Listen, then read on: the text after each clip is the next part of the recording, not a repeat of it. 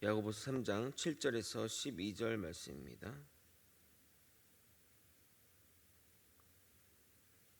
저와 번갈아 교독하고 마지막 절 함께 읽겠습니다.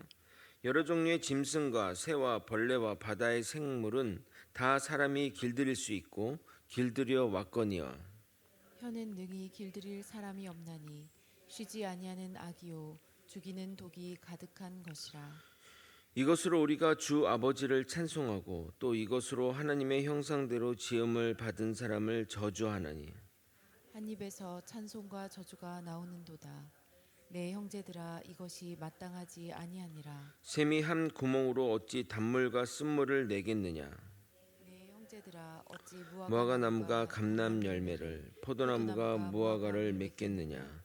이와 같이 짠물이 단물을 내지 못하느니라. 아멘. 교회 내에는 직분을 맡아 교회를 책임지는 성도들이 필요하지만 소양과 자질이 부족한 사람을 세우면 오히려 교회를 어지럽게 하고 다른 사람들을 힘들게 만듭니다.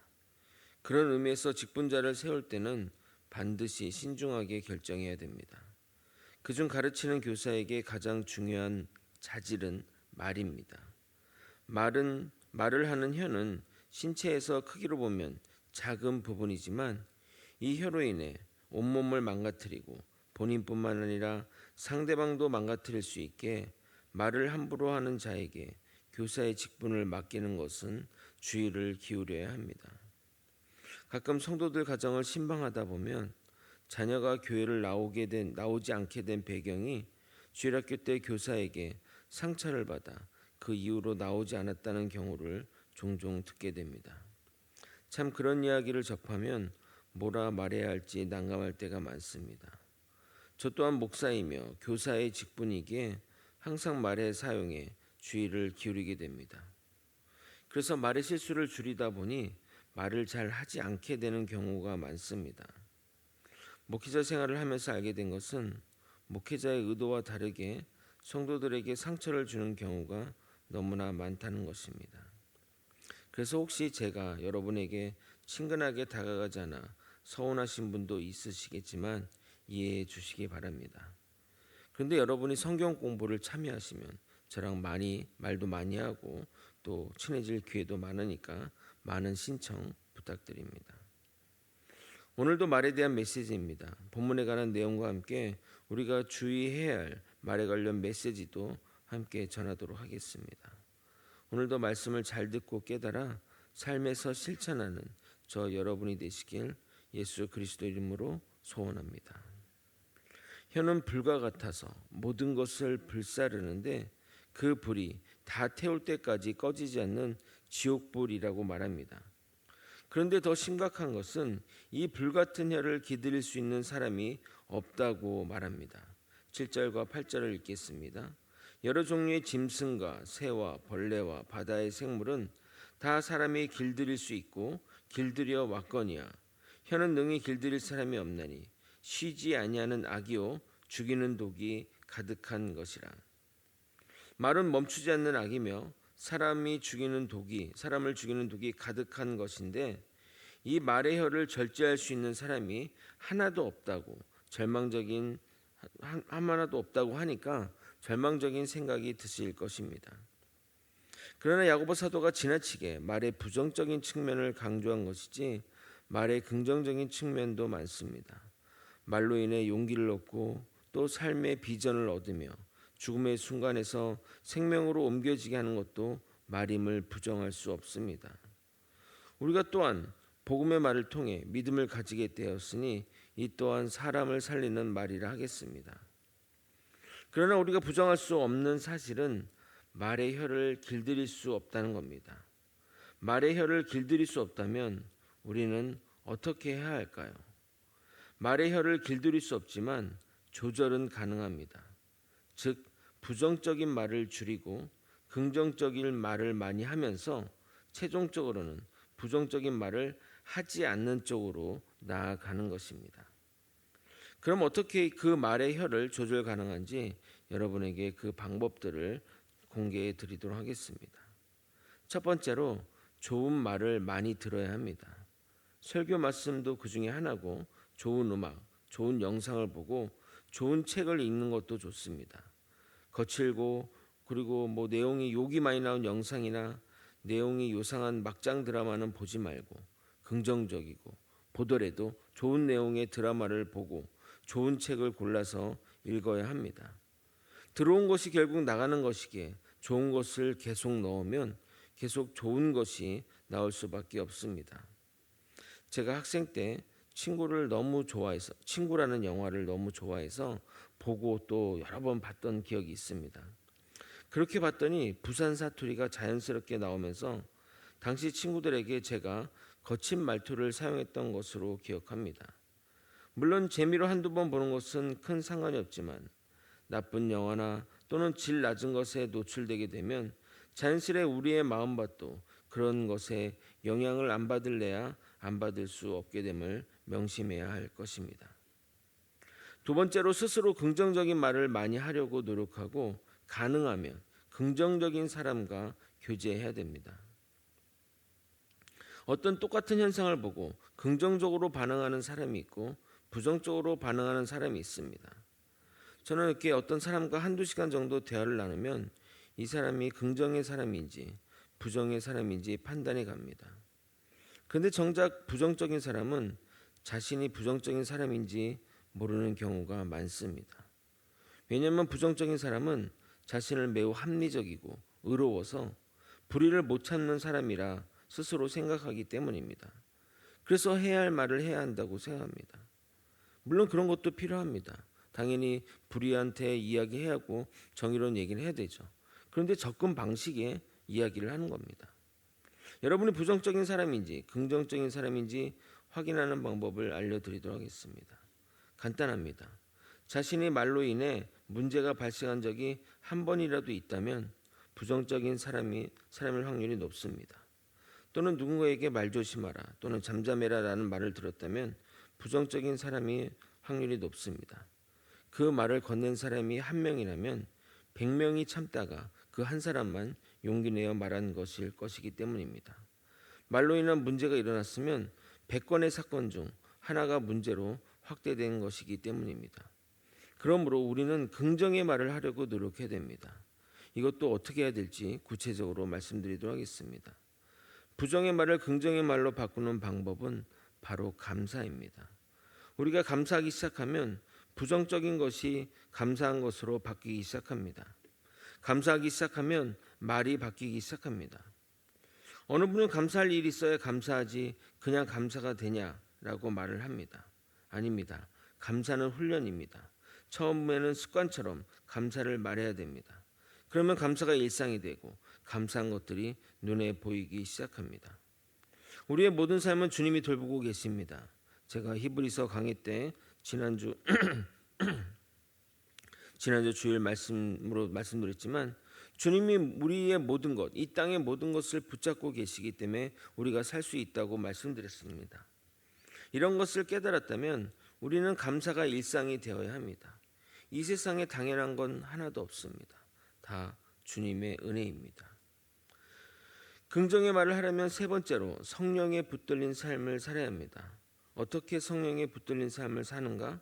성령 충만한 삶은 매일 기도하는 삶입니다. 기도하지 않으면서 성령 충만한 삶을 기대해서는 절대 안 됩니다. 기도하면 성령 충만해지고 마음의 밭이 주님의 밭이 되어 육체의 소욕을 이루지 못하게 합니다. 갈라디아서 5장 16절 17절을 읽겠습니다. 내가 이르노니 너희는 성령을 따라 행하라. 그리하면 육체의 욕심을 이루지 아니하리라. 육체의 소욕은 성령을 거스리고 성령은 육체를 거스르나니 이들이 서로 대적하므로 너희가 원하는 것을 하지 못하게 하려 함이니라. 성령님이 우리의 마음을 제어하여 입술의 혀도 제어하게 될 것입니다. 긍정의 말을 하려면 마지막으로 성경 묵상을 생활화하는 것입니다. 일명 큐티를 하는 것인데 이 큐티는 마음에 말씀을 먹이는 과정입니다.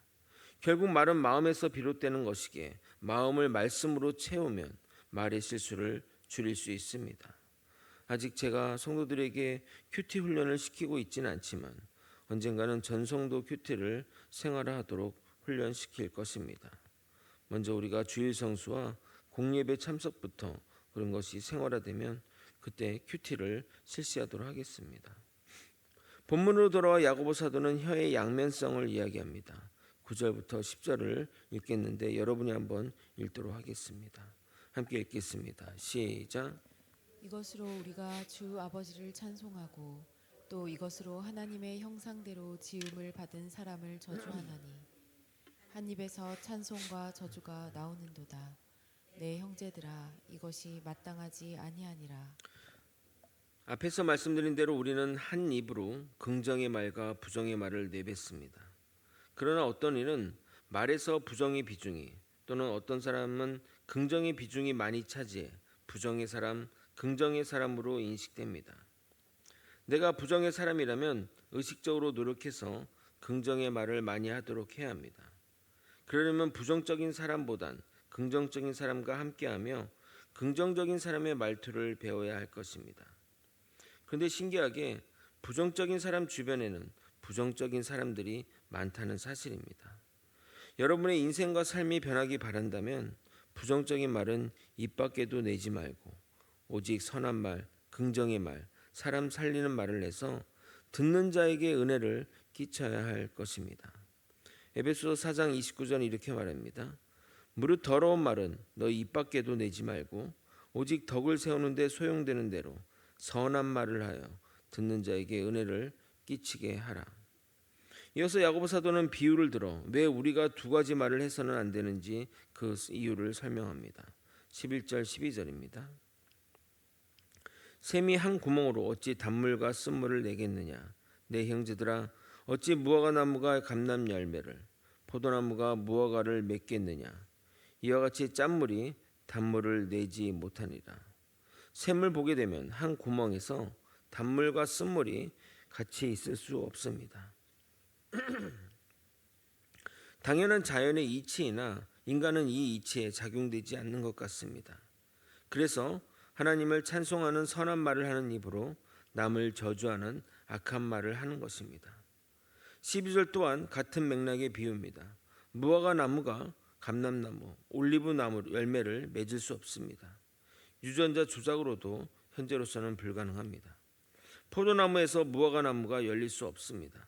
이 비유의 의미는 마음의 본성이 열매를 결정한다는 겁니다. 선한 마음에서 선한 말이, 악한 마음에서 악한 말이, 부정적인 마음에서 부정적인 말이 나오는 겁니다. 그러므로 우리는 무엇보다 이 마음을 잘 다스려야 합니다. 잠언 42장의 말씀을 여러분이 한번 읽어보도록 하겠습니다. 함께 읽겠습니다. 시작. 모든 지킬 만한 것 중에 더욱 내 마음을 지키라. 생명의 근원이 이에서 남이니라. 여러분, 마음에서 생명의 근원이 나온다고 말하고 있습니다. 여러분, 정말 우리는 이것을 잘 생각해야 합니다. 부정적인 말을 많이 하는데 마음밭이 좋다? 부정적인 말을 많이 하는데 믿음이 좋다? 저는 그런 경우를 보지 못했습니다. 믿음의 사람은 긍정의 말, 사람 살리는 말을 합니다. 우리가 이런 것을 잘 보아야 합니다. 그 사람의 믿음을 열매로 알지니라고 예수님이 말씀하셨는데 그 열매 가운데 말이 절대적입니다. 그 사람이 하는 말로 우리는 그 사람의 믿음을 판단해도 정확하다 하겠습니다. 우리 모두 긍정의 말, 선한 말, 사람 살리는 말을 하도록 애쓰고 노력했으면 좋겠습니다. 말씀을 정리하겠습니다.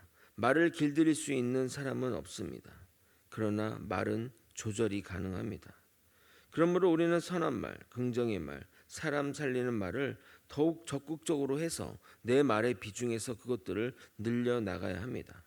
감사의 말을 하는 것, 성령에 붙들려 사는 것, 성경을 읽고 묵상하며 좋은 것을 마음에 채우는 삶이 우리의 입술을 변화시켜 나갈 것입니다.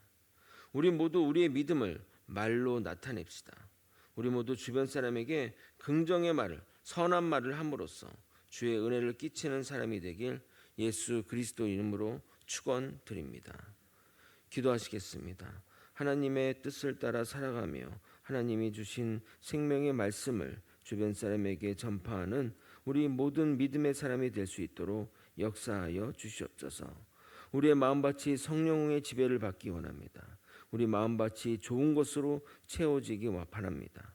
우리의 마음밭이 그 말씀으로 옥토가 되길 원하오니 주님 우리를 이끌어 주시고 인도하여 주시옵소서. 하나님의 말씀으로 가득 채워서 내뱉는 말마다 긍정의 말, 선한 말, 사람 살리는 말을 할 수 있도록 이끌어 주시옵소서. 주님, 우리는 주님의 말씀을 따르기 원합니다. 주님의 말씀을 따라 살아가기 원합니다. 주님 붙들어 주시옵소서. 사랑이 많으신 예수 그리스도 이름으로 기도드리옵나이다. 아멘.